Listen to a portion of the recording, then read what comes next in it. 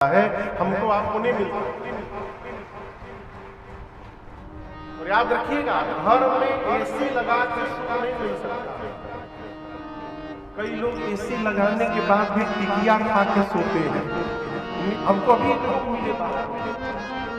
एक नई बीमारी सुनने को मिली। बोले महाराज हमको रात को नींद नहीं आती। पूरी दुनिया में डॉक्टर को दिखा चुका हूँ, घूम घूम के सब जगह गया, टेबलेट खा खा के सो रहा हूँ, नींद ही नहीं आ रही। टेस्ट करने पर कोई बीमारी नहीं आती, सब ठीक है, नींद नहीं आती। कई लोग एसी में रहने के बाद भी टिकिया खा के सोते हैं। कई लोग सड़क पर भी पेपर बिछा के सोते हैं ना, लेकिन बादशाह की तरह सोते हैं, सोते नींद आ जाती है। तो इस बात को समझिएगा, साधन जमा करके हम सुखी नहीं हो सकते। जीवन में जब पुराकृत कर्म प्रबल होगा, हमसे सत्कर्म होंगे, और उस सत्कर्म से जब हमारे पितृ संतुष्ट होंगे तो उनके आशीर्वाद से घर में शांति और सुख की वर्षा हो सकता है। दूसरा कोई उपाय नहीं। तो इस पितृ पक्ष में किए गए सभी सत्कर्म का फल हमारे पितरों को प्राप्त होगा। मैं बहुत बहुत धन्यवाद देता हूँ विनोद भैया को, आपने पितृपक्ष में मुझे कथा गाने का सौभाग्य दिया और आपको बैठकर सुनने का सौभाग्य प्राप्त किया। गोस्वामी याज्ञवल्क्य ऋषि कहते हैं कि राम जी की कथा महामोह रूपी महिषासुर का अंत करने के लिए काली माँ के समान। अभी दुर्गा पूजा प्रारंभ होने वाला है, शारदीय नवरात्र, आप भी देखेंगे। मैं भी रास्ते में कई पंडाल यहाँ भी बन रहे, मैंने देखा। दुर्गा जी की प्रतिमा रखी रहती है। दुर्गा माई किस पर बैठी रहती है? सिर पर। किसको मारती है? जोर से बोलिए। महिषासुर। गोस्वामी जी कहते हैं यदि कलयुग में मोह, कलयुग में 6 बीमारी है। कितनी बीमारी? नाम पता है आप लोगों को? मालूम सबके बात। काम, क्रोध, सुने नहीं थे नाम? क्या बोले हमके नहीं मालूम? काम, क्रोध, मद, मोह, लोभ, और छठी बीमारी का नाम है मत्सर।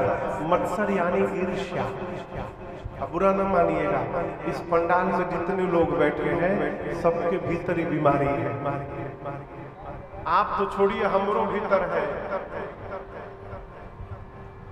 आप बोलेंगे महाराज आप तो कथा गाते हैं, उससे क्या हुआ? कथा गाते हैं तो क्या हुआ? हम बीमार नहीं पड़ सकते? जरूर पड़ेंगे।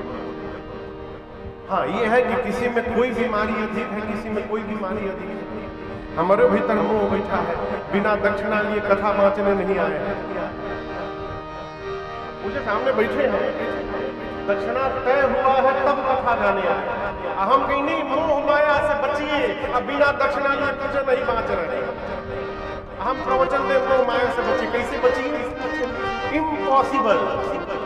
इस बात को समझिएगा, न कामनाओं से बचा जा सकता है, न लोभ से बचा जा सकता है, न माया छोड़ने वाली है, न मोह मिटने वाला है, और न ही मत्सर जाने वाला है। हाँ, ये है कि अनुपात ऊपर नीचे हो सकता है। एक जगह राम कथा हो रही थी, तो राम कथा आयोजन मंडल में एक उनके सदस्य, लखनऊ की घटना। तो एक दिन कथा के बाद, उस कथा में मैं भी था, कथा के बाद एक दिन खीर प्रसादी में बंटने वाला। खीर, और वो खीर कम था, वो राबड़ी था। वो जला करके लाल कर दिया।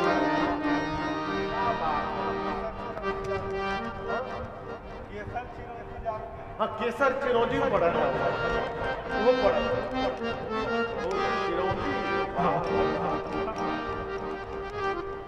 खूब दिव्य खीर प्रसाद बना था वो। और हुआ कि कथा के बाद हजारों की भीड़ थी, सबको एक एक कटोरी खीर दिया जाए। एक आयोजन समिति के बुद्धिमान व्यक्ति एक बाल्टी खीर मंच के नीचे छिपा के रखे कि जब सब बट जाए, सब चल जाए, तो बाल्टी हम अपने घरे लेके जाएंगे। तो कोई वहां उनका भी उस्ताद था। अब वो मेन गेट पर प्रसादी देने में लगे थे, ले कलछुल पीर। तब तक जो उनका गुरु था वो बाल्टी लेकर गया अपनी घरे खनिया के। अब बाल्टी खूब बड़ी, सबसे खतरनाक बीमारी है। हम एक दिन अपने महाराज से पूछे, सरकार ये मोह क्या है, ये मोह है क्या? सुने तो आप लोग भी, लेकिन पता है क्या कौन सी बला है? क्रोध समझ में आ रहा है, क्यों गुस्सा आ रहा है, क्रोध है। लोभ समझ में आ रहा है, और ही मिल जाओ, और ही मिल जाओ, नया नया तरकीब लगा रहे हैं, और ही मिल जाओ, ये लोभ है। तो स्वामी जी कहते हैं लाभ होना चाहिए, लेकिन लाभ भी एक सीमा में होनी चाहिए। लाभ यदि सीमा से अधिक हो जाए तो कब ओ की मात्रा लग जाएगा इसका भरोसा नहीं। लाभ में ओ की मात्रा लगने से क्या होगा? लोभ। लाभ इतने हो कि लोभ न जग जाए। लाभ बहुत होने लगता है तो स्वामी जी सिद्धांत कहते हैं जिमी प्रति लाभ लोभ अधिक है। मोह लाभ समझ में आता है, क्रोध समझ में आता है, काम समझ में आता है, ईर्ष्या मत्सर समझ में आता है। मोह क्या है? मुझे भी नहीं पता था, मैंने पूछा एक दिन, सरकार ये मोह क्या है? बोले देखो, सभी लोग अपने परिवार को प्रेम करते हैं, बच्चों को, बेटा बेटी, पति पत्नी, माई बाप, भाई बहन, सबको प्रेम करते हैं, करना भी चाहिए। लेकिन प्रेम दो प्रकार से होता है। एक प्रेम ज्ञान में रहते हुए किया जाता है, ज्ञान परक प्रेम, वो प्रेम है। लेकिन जहां प्रेम में अज्ञानता प्रवेश कर जाए उसी प्रेम का नाम मोह है। हम बोले सरकार ने इसको समझाने और खोल के बताइए। बोले बेटा, मनुष्य का शरीर जो कर्तव्य करने के लिए प्राप्त हुआ है उस कर्म का त्याग करके हम परिवार में ही लिपट के प्रेम करके समाप्त हो रहे हैं, इसका नाम है मोह। मानव का शरीर मिला है, आ करके भवसागर से मुक्त होने का यत्न करें, आकर सत्कर्म करे, परमार्थ करे, जिससे इस लोक के साथ साथ उस लोक को भी व्यवस्थित बनाया जा सके। ये हमारा आपका कर्तव्य है।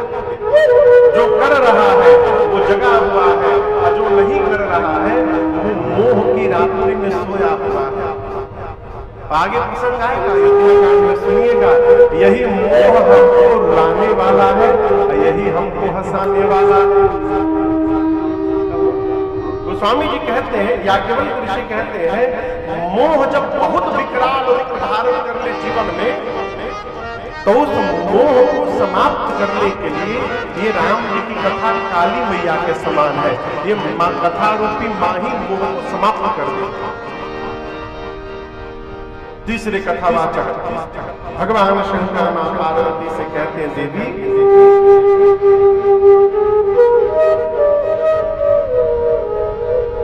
राम कथा कली बिटप कुठारी। हमारे यहाँ बिहार में कुठारी कहते हैं कुल्हाड़ी की। कुल्हाड़ी समझ रहे हैं आप? क्यों बोलते नहीं? देखे हैं कभी जीवन में? भिलाइयों में कुल्हाड़ी है? अच्छा, यहाँ भी है। हम सोचे खाली गांव ही मिला है। वो स्वामी जी कहते हैं राम जी की कथा कुल्हाड़ी है।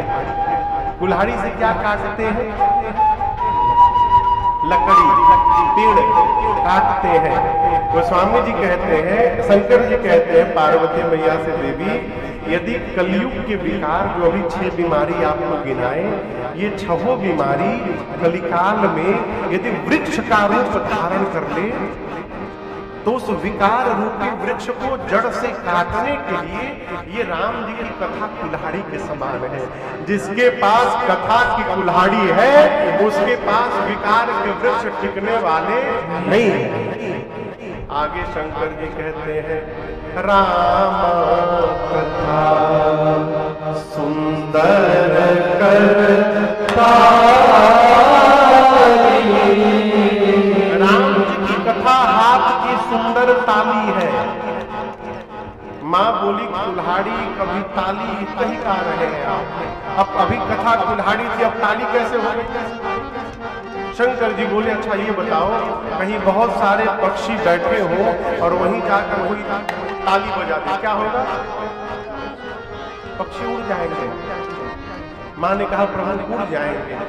शंकर जी बोले देवी, जिस प्रकार हाथ की ताली बजे पक्षी उड़ जाते हैं, उसी प्रकार कथा वो ताली है जो जीवन में बजाएगा, उसके जीवन के संशय रूपी पक्षी सब उड़ जाएंगे, उसका सारा संशय समाप्त हो जाएगा।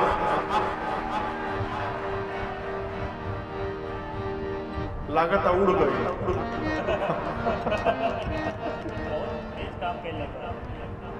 ये कथा हो। हमारे महाराज जी कहते हैं, अरे जनमन में रसधार भरेगी राम कथा, जनमन में रसधार भरेगी राम कथा, अरे जनमन में